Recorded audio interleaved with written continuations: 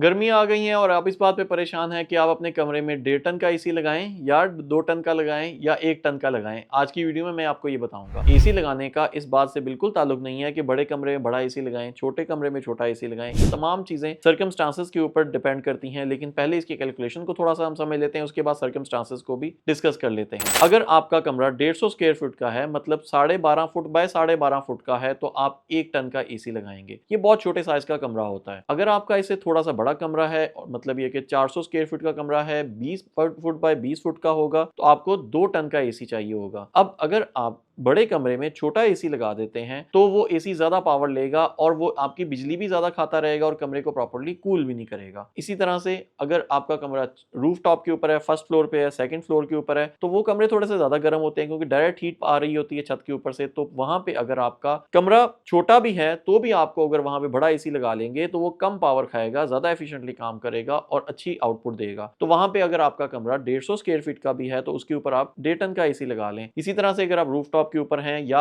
Ground floor पे हैं और आपके कमरे में ज्यादा खिड़कियां हैं और तमाम खिड़कियां फेसिंग साउथ हैं या उनकी तरफ ज्यादा सनलाइट आ रही है, तो आप वहां पे छोटे कमरे में बड़ा एसी लगा सकते हैं। मतलब अगर आपका कमरा 250 स्क्वायर फीट का है, अगर वहां पे 2 टन का एसी लगा लेंगे, ज्यादा एक्सपोजर टुवर्ड्स उसका सनलाइट है तो वो ज्यादा बेहतर परफॉर्म करेगा क्योंकि खिड़कियों से भी थोड़ी बहुत सनलाइट आती है। तो ये वो तमाम सर्कमस्टांसेस हैं जिनकी मदद से आप ये डिसाइड कर सकते हैं कि आपने एसी बड़ा लगाना है या छोटा। कैलकुलेशन मैंने आपको वीडियो के पहले हाफ में बता दी है। सर्कमस्टांसेस आपने अपने मुताबिक डिसाइड करने हैं। ऊपर वाले फ्लोर्स के अंदर थोड़े से बड़े एसी लगा लें अपने कमरे के साइज से। ग्राउंड फ्लोर्स के ऊपर आप एज पर द कैलकुलेशन लगा सकते हैं।